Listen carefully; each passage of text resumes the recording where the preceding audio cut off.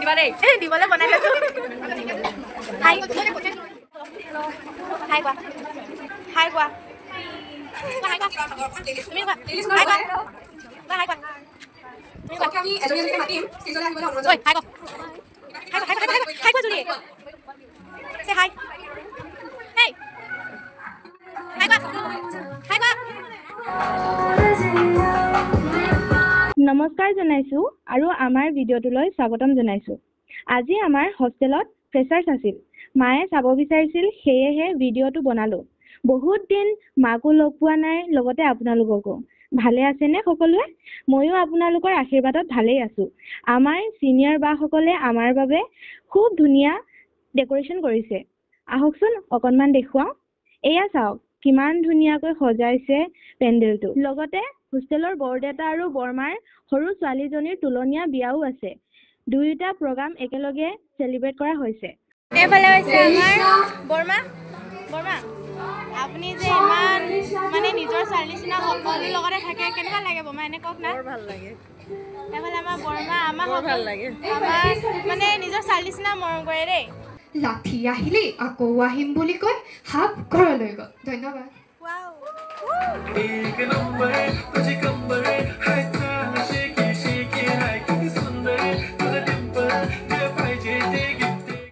Good evening, everyone. Respected seniors and my old friends. Today I'm here to introduce myself. Myself, Dennis Namini.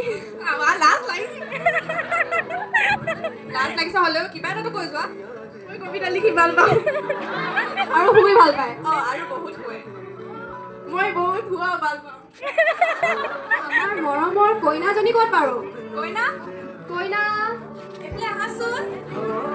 Kaba. Sobe. হোষ্টেলত যিমান যিমান ছোৱালী আছো সবৰে ফালৰ পৰা এটা তোমাৰ কাৰণে গিফ্ট ইয়াত এটা নহয় ঢেৰ গিফ্ট আছে দেই তোমাৰ কাৰণে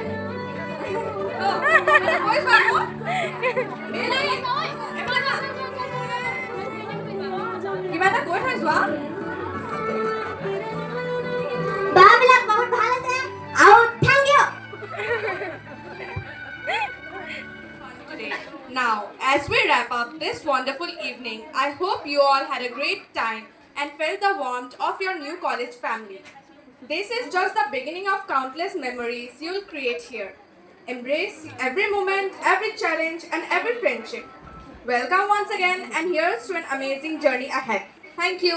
So now, we'll have an open dance here.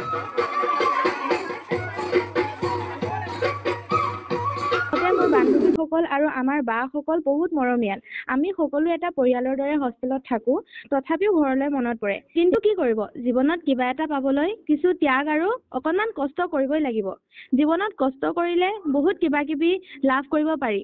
আমাৰ মাৰ বহুত কষ্ট আৰু ত্যাগৰ বিনিময়ত আমি এটা ধুনীয়া জীৱন লাভ কৰিছো। ধন্যবাদ মা।